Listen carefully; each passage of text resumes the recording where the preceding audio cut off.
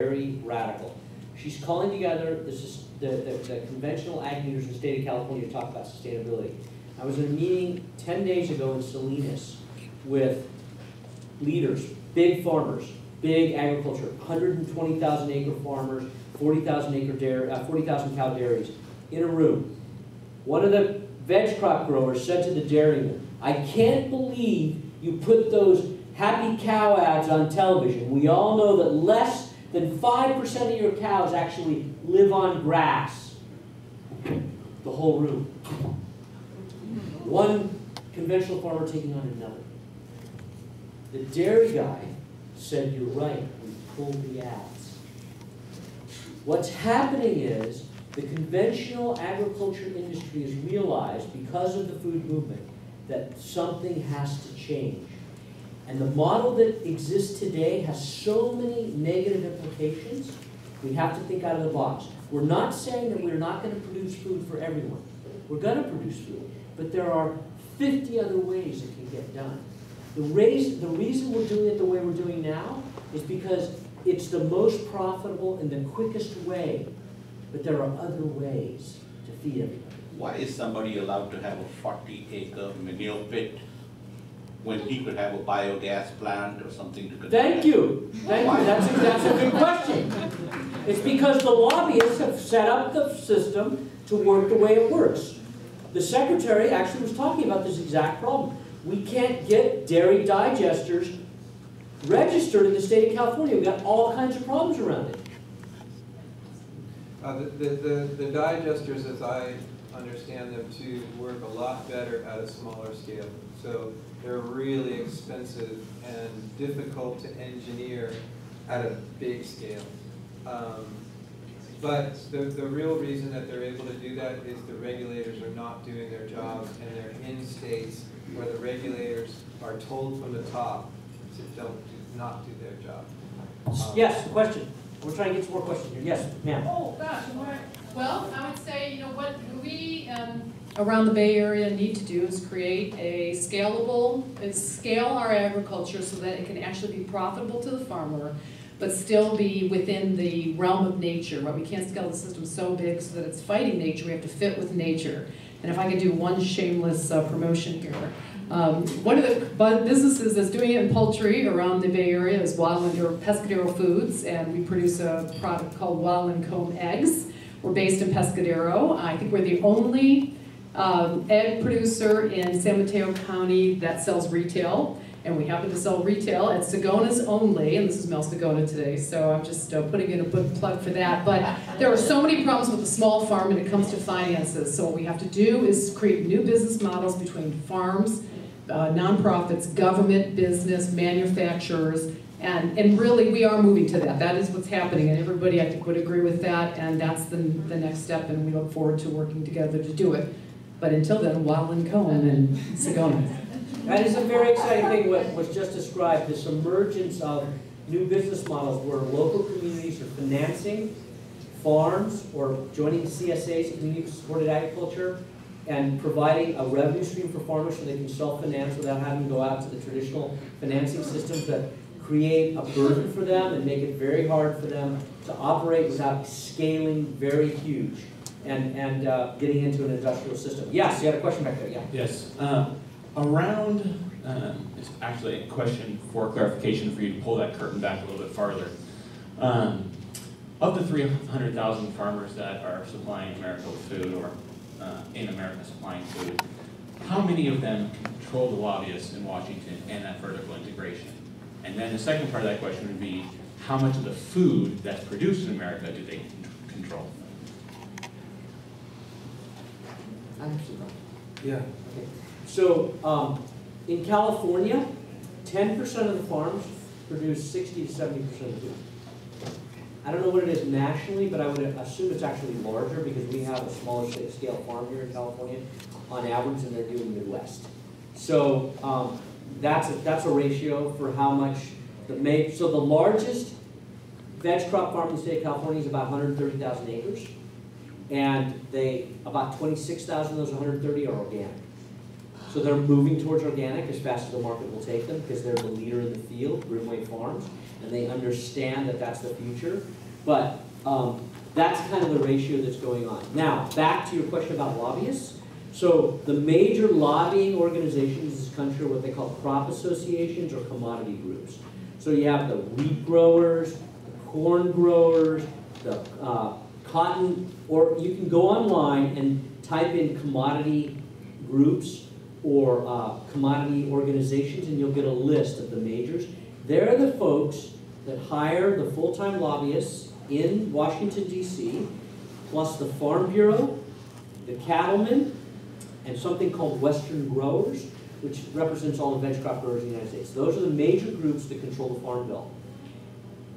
The amazing thing is on the Farm Bill, we didn't get into this, but when the last Farm Bill was actually written, so the senators and the congressmen and the president talk about the big issues, but the Farm Bill gets written by 20 and 30-year-olds who are looked over by lobbyists in their 50s, 60s, and 70s.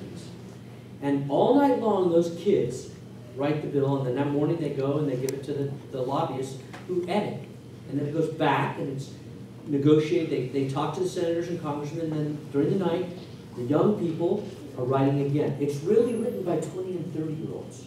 That is the honest truth, if you really look how that bill gets written. With lobbyists overseeing them to make sure that what they want is in the bill. 60 Minutes this past Sunday. Really? 60 Minutes. Anyone see it? Yes. Yeah, that's exactly. Yeah, it's incredible. I've talked to people who have actually written the legislation. It's amazing. I was blown away after the last bill. I realized a 26-year-old wrote a huge section of the bill. I could not believe it. And 3 nights, sleepless nights, working with lobbyists. That's how it happened. So, and it was a huge section of the bill. So this is the kind of thing we have to watch out for, because that's how it's controlled. What's happening right now with Farm Bill? You want to talk about it? I just want to get to, we'll get there. Super quick, yeah. Yes. But let's talk about the percentage of the food that we eat. Because those income brackets are really farm sales, right? So there's 84% of the 2.2 million farms that we have today that lose money. Right. They actually lose money. Then there's 7% that make $26,000 a year. Right. Then it starts to go up by how much, these are really how much income they're reporting that they've generated on the farm. The important thing is that most of the output that these farmers are producing and reporting is either fed to cattle, processed into grains or oils, or ethanol. 40% of the corn last year went to ethanol. 36 million acres of corn. It wasn't corn that we were going to eat. It was corn that was either going to be fed to cattle or made into some processed food ingredient. We could have saved the same amount of gas, the same 8% of the gas that we displaced, by increasing fuel efficiency standards 1.1 mile per gallon, or just properly inflating our tires, or driving like sane people. So this is really about commodity output. It's not really about feeding people. So we get back to this question: how do we make the farm fit the land? How do we feed people? How do we have food security, but also have a system where other generations are going to have food security, where we're not just mining the soil and we're not just throwing huge amount of technology and energy at a problem, and instead trying to find a natural system that is productive and also is sustaining. That's the question. But what we have right now is basically a system that's really made to feed animals. And it even applies to cotton, because most of the cotton seed is fed to dairy cows, and cotton is mainly seed rather than fiber by weight. But then we get to the super committee. She wants to talk We'll get back to that, but we'll get back to that. That's how we'll end. Go ahead. Thank you so much for carving out the time today to be able to speak. And my question is that we invited some people here,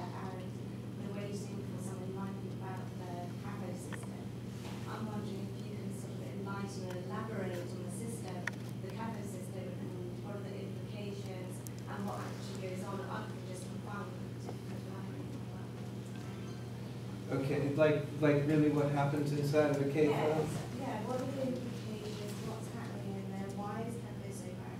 I know it's confinement, I know what happens, animals affect, I'm organic at home, so I Yeah. know what the implications are.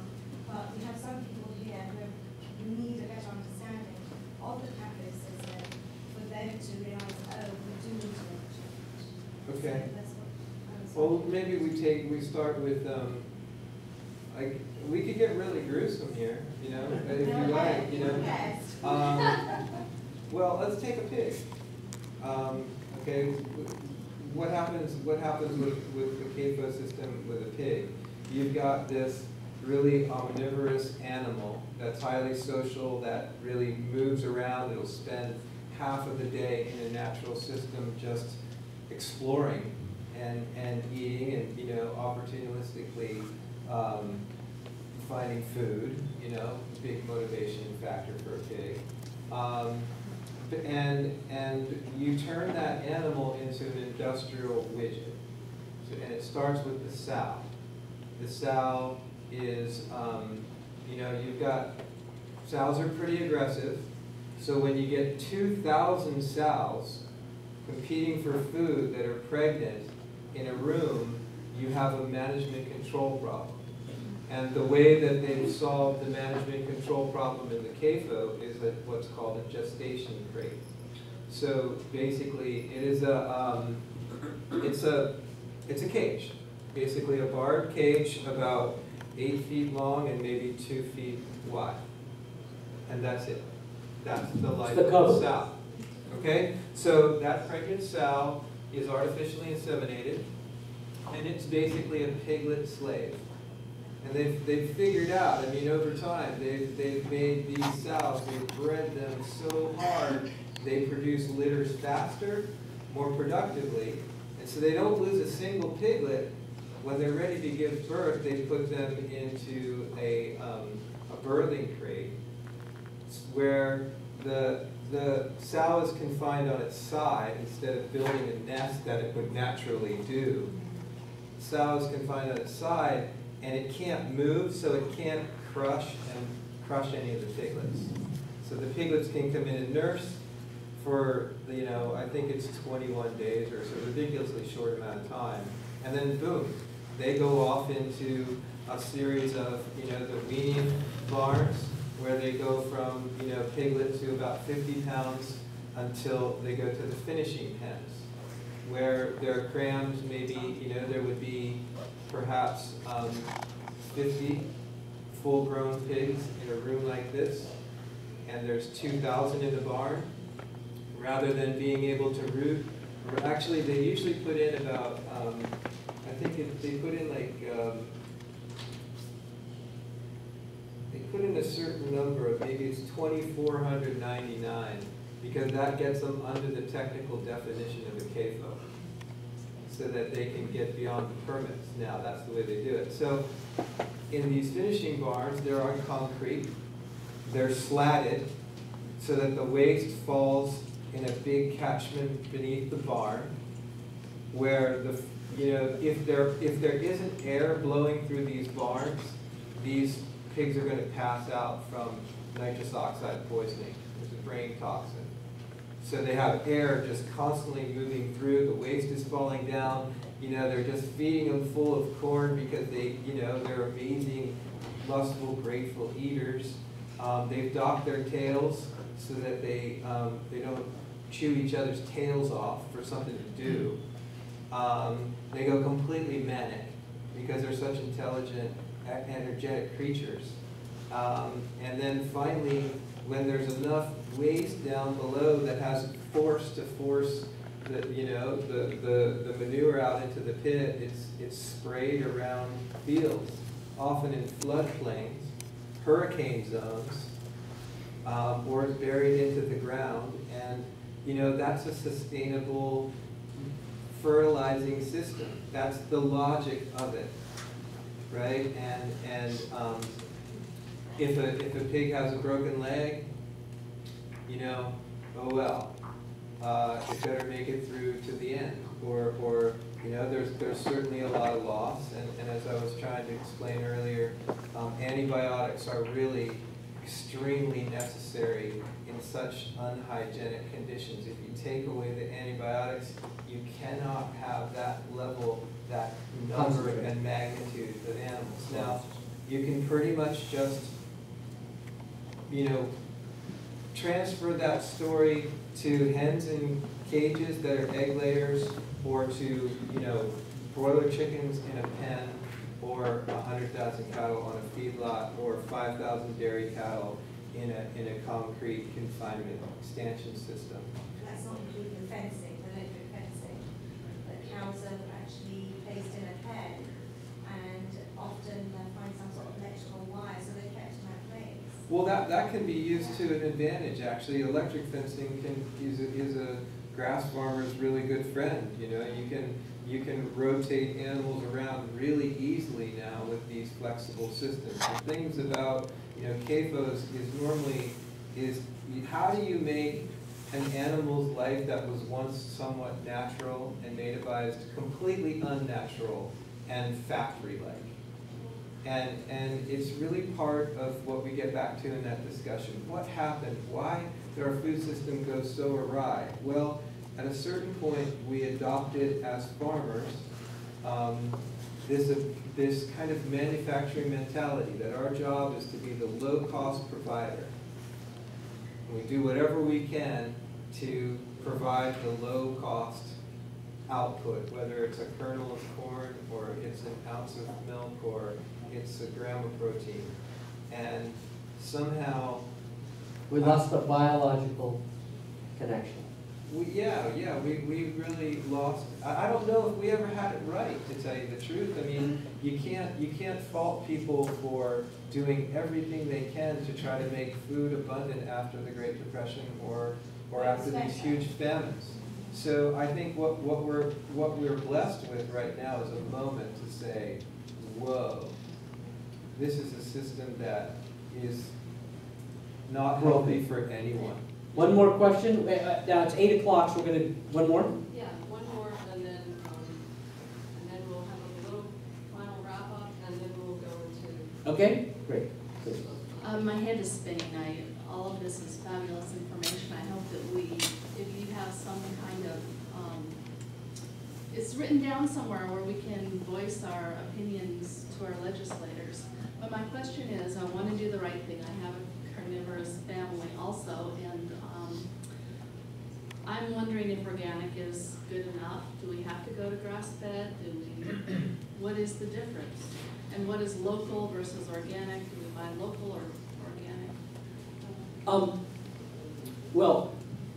Organic is, I think, a great action for a person to take, because organic supports the decision, the modality of a farmer to think biologically. What we were just talking about is the difference between industrial thinking and biological thinking. Food is a biological thing. It comes from a biological process. Organic farming supports a biological mentality, which gets us into the right paradigm at least. Organic isn't perfect, because there's this whole idea of industrial organic, but I don't want to get into that. We can talk about it offline. But I think it's a great first choice. If you're going to eat meat, though, I do believe that you should be choosing grass-fed animals because of what we talked about. And I will tell you that one of the most encouraging things that's happened in the last year for me is seeing people that worked in the, actually a lobbyist for the beef industry who grew up in Northern California from Siskiyou County, went to Washington, D.C., spent 5 years lobbying for the beef industry, and came back and became a grass-fed organic rancher. Because in that process of lobbying, he got educated, and he realized that the system was not right, and he has become an organic, grass-fed producer. Because he realized that is that in the long term, that is the only right solution for human health, for animal health, and for the planet. And so, if you eat meat, I eat meat, he eats meat. A lot of people eat meat. If you're going to eat meat, you should eat grass-fed, you should eat organic, and you should buy it as close as you can to your home. And at the same time, I would say don't be so hard on yourself that, I mean, I'm a producer, so I buy feed. I mean, and if you're feeding pigs, pigs aren't solely, you know, they're not ruminants. They don't only eat grass. I feed them acorns and all kinds of different things. Yeah, so realize that, and every once in a while, an animal's going to be sick and have to be medicated, and you know, a husbandman, a livestock raiser should be able to do that and not necessarily be penalized. So for me, it's sort of familiarize yourself with the producers as much as you can. More than that, and this is completely, you know, unrealistic advice to anybody, but I grow some food. I feel that growing your own food is, and especially raising an animal that's going to be providing food, whether it's a hen or something like that. I just feel like you cross a threshold relationship-wise and just experientially, and then there's the taste part that really comes after you get good at it, that you never go back from. Like once you really know it and it's part of you're part of it, then I kind of feel like that's the step that's really important to take, and I hope our kids get to do that a lot more. So last thing, before I hand it back to Paige, two things. We're passing around a sign-up sheet. If you're interested in receiving a lot of information about the food system, you can sign up on the sheet that's going around. You can also sign do we have a sign-up sheet for the petition that's going to Jerry Brown? No. No. You can do that online? Yes, at www.rootsofchange.org. www.rootsofchange.org? Food Day petition. Right, a food day petition. So we're organizing a meeting right now with a bunch of organizations, back to your question. There are 14 or 19 organizations. We're over 16 now. 16 organizations are working together on a petition to go to Jerry Brown, who is totally into these issues. He needs political backing. We're going to create a farm bill for the state of California in the next couple of years. You can go online. This is the beginning of the conversation with him. We're going to have a meeting with him when we need 20,000 signatures. We have how many now? We are at 17,000. I need 3,000 more signatures to get in the room. So if you can help, sign. We're going to have a meeting with him probably in November, December, maybe January at the latest, to talk about the next 2 years in California around food systems. So if you could sign by going to rootsofchange.org and sign, looking for, what do they write, type in? Food Day Petition. The other thing is go to Watershed Media, which is Dan's company. He has an incredible array of books around food systems, sustainability, the Farm Bill. Some of them are out here. He's signing books afterwards. You can sign a book. You can buy a book, because you know what? It's an incredible amount of work to write a book. This guy needs some support on that. We love to support him, and I want to thank all of you for this conversation and your interest in the food system, because it will change the world, because the food system is the most basic, fundamental system of civilization, and if we don't get this system right, there's really no future. So we have to get the system right. You're on the cutting edge. You're part of the vanguard of making that system sustainable. So thank you for coming tonight. Okay.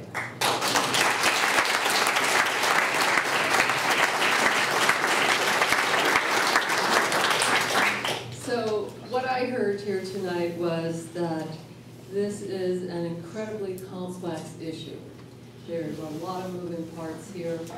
There's, it's taken us about 50 years to construct this system that we're operating under right now. But it doesn't have to be that way. We can change the system. And that's what I've heard. I've heard a lot of hope here tonight. And I really do think that we have this forward momentum, that we can make this kind of a change. And I want to really thank Michael and Dan for coming down here. It was a long trip down through lots and lots of traffic, but we really appreciate you coming down here to the South Bay. And just a little token of our thanks here. We really appreciate you educating all of us about these very important issues. Cheers.